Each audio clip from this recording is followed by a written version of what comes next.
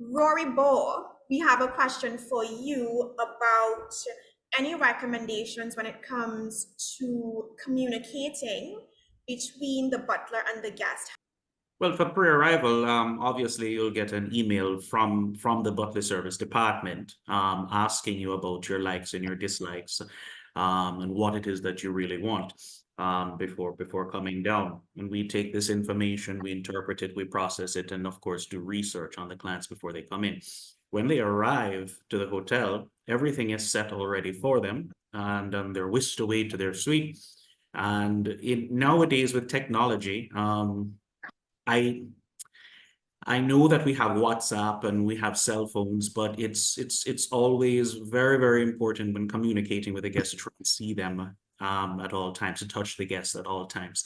The technology is wonderful through WhatsApps, but that information I think can be misinterpreted sometimes through a text message or a WhatsApp message. So, every single opportunity that you speak with a guest or meet with a guest is a moment of truth. It is a moment of truth. It is an opportunity to further deliver great service, to learn more about these clients. So that the guest needs to hear your voice. They need to see you. You need to walk with them, escort them everywhere. They feel special. The more that you're with your guests and paying attention to them is how they feel extremely special in that hotel space. So I think the way we communicate, yes, utilize the technology, but make every effort possible as the butler, as the manager for the suites that you're looking after, to know every single guest and speak to them as much as possible throughout the duration of their stay, so that it is far more personalized. And if I can just interject here as well, a part of having that team, and again, that development of the team is so important, because you want to make sure that they are communicating what they should be communicating. Yes, and that takes training, that takes development. You do not want a loose cannon on your hand, right? That you have to be like, oh, did you really tell the guest that? Things like that, what to share, what not to share. And I noticed in the chat too, someone is asking about privacy and the privacy protection and all of that. That's where training comes in. If Absolutely. the it cannot be that we have a team that we're leading, that is really and truly the one servicing our clients. Yes, and I'm not only speaking now to the butler team, but about every area in the hotel that deals, especially those high guest contact area, and things are changing around us and we leave them in the dark. We have to bring them in the know. Yes, and what it is that they must be able to, we must be able to equip them with the resources, not only the physical material resources, but as well as development. It can make or break a hotel, regardless of what department it's coming from. Yes, there have been instances Absolutely. in the past, Conroy, where celebrities will be checking into the hotel and the butlers have no idea who the person is until the upkeep hour when they arrive. And still, you have to go through the manager with a big bunch of keys to make certain decisions on the guest. And that communication does not work.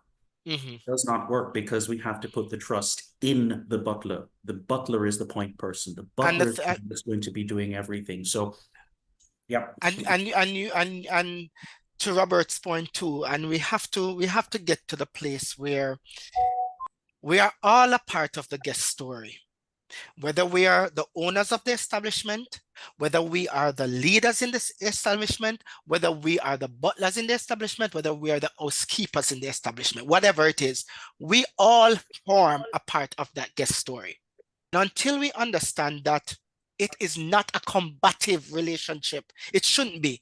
It should be a facilitated relationship, a partnership where we work together to get to that end goal. Then it's going to always be me against them. Oh, what are they asking for? And that's where, again, trust comes in, and that's where training comes in, not only for the line level, but at every level. At every level. At every Absolutely. level, it is important. Gentlemen, such an important conversation and so true. But the last question I would like to put to our panelists is around residential or villa butler service versus hotel and resort butler service. We appreciate that there are different styles of butler service, and we have questions coming in from people who are playing a dual role.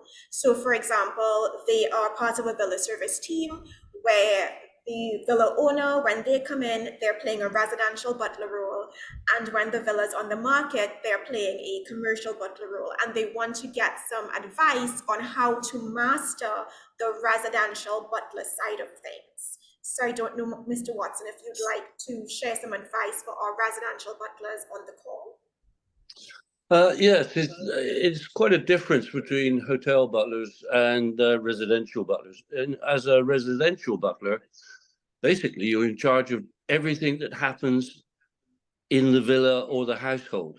It's fairly normal to have a weekly meeting with the employers or owners of the household to discuss upcoming events, things that are going to need to be fixed and so on. So then the butler then interprets the employer's wishes to the rest of the staff or outside suppliers. And basically you're on call 24/7 as a residential butler. But the good thing is that because you're looking after the same persons day in, day out, you know what they want even before they think of it. So it makes life that much easier. Whereas in a hotel, obviously, the guests are changing every day, and you have a very short space of time to acquire what that guest wants from you as a butler. And basically, you have to be able to change the service level that you give to suit each guest in a hotel. In a hotel, if you have Mr. and Mrs. Young American honeymoon couple, they want from you a sort of warm, friendly, laughing, joking, laid back, but still professional level of service. Now, if you have Mr. and Mrs. 70-year-old old English people, once they've had their cup of tea, they're happy. They don't want live, bubbly, so on. But when you're in a private household, you give the same level of service to your employer all the time. And that's the service that makes them happy. Now, if they're young Mr. and Mrs. .com millionaire, they want a certain level of service in their household that suits their lifestyle. But again, if they're old inherited money and the house has been in their family for generations, then they get sort of stuck in a very almost stiff, formal English style of butler service. I have to say I've done both, and I got too bored too quickly in the private household, because if you know what's going to happen all the time, it's boring. You want some guests to arrive who've got issues or problems because their flight was delayed, or and you've got to overcome those things. You want guests from many different cultures so that you can sort of say, okay, let's see what we can do to make these guests happy. And so some guests arrive and maybe the wife wants to be there, but the husband doesn't. Now you've got to deal with that situation. So that's what makes it interesting. I found that a hotel butler service is, eventually, even if I have to say, even if you get Mr. and Mrs. Nasty, eventually you know that they're going to leave and somebody else is going to arrive in the hotel. You're in deep trouble if your employers in the private household are Mr. and Mrs. Nasty. They're not going to go away. So you're probably the one who's going to go away. Oh, yes. Some people, it's whatever suits your style of butlers, whatever you feel comfortable with. Understood. Yep. Thank you so much, Robert, for that. Spoken like a true butler, likes a challenge. We want the excitement. Yeah, we expect the unexpected. expect the Yeah. unexpected. Lastly, Rory, just to add to what Watson has said, what advice do you have for the villa managers on the call when it comes to the expectations of a villa team? Just because they don't have the support of a maintenance department and a housekeeping department and an F&B outlet. So what advice do you have for those persons? Oh, well, villa service obviously is much different than hotel butler service, because you have the support of the maintenance department and other various departments to help. But the villa service, I think the first thing villa managers have to do is listen to their team. The communication is very important, because through effective communication, we can develop trust and a level of organization. Because we don't have that help per se, or the additional team members to help, because a villa staff will come with maybe 2 butlers, 2 housekeepers, a gardener, and a chef.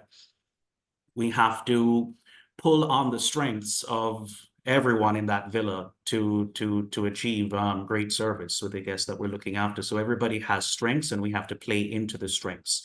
Everybody has strengths and weaknesses, but we have to play in the strengths and communicate and listen to our team members, whether it's through weekly meetings or twice per week meetings. I love every 2 days that we have a shift lineup type of meeting and preparing for the arrival, who does what, because even though the chef is there to cook, he's going to need to be multi-skilled in a villa to assist in other areas. He's going to have to know housekeeping, a little bit of housekeeping. So it's what I used to do when managing villas. I would cross-train everybody. If you came in and you were just an executive chef, or if you were a sous chef, or if you were a housekeeper, etc., we would have to cross-train in every area, so that if somebody falls short, we have somebody who is versed and knowledgeable in spreading a bed, simple as spreading a bed, or simple as serving a cocktail, an afternoon amenity, or so forth at 4:30 in the afternoon. It could be afternoon tea. It doesn't really matter who serves at that moment, is that we know how to do it and how to do it well. There you go. So You really has to pull together when it's managers, just and that ability. and through that, we no longer become just managers, but we are leaders, because we're leading with our teams. Amazing. Gentlemen, thank you so much for today. It's been fabulous. Every single thing that we spoke about today, we are able to assist with in terms of training, in terms of helping to set up a butler service department, in terms of helping to elevate the level of service at your property, in terms of implementing standard operating procedures to help make that entire operation a little bit more seamless. And so we are more than happy to continue this conversation. It has been our absolute pleasure. Thank you again, Mr. Baugh, Mr. Thompson, and of course, Mr. Watson. I think everyone is so incredibly pleased with the insights and information today. And it's the first of many. So we will see you all again soon, and we look forward to speaking further. Have an amazing day, everyone. Thank you.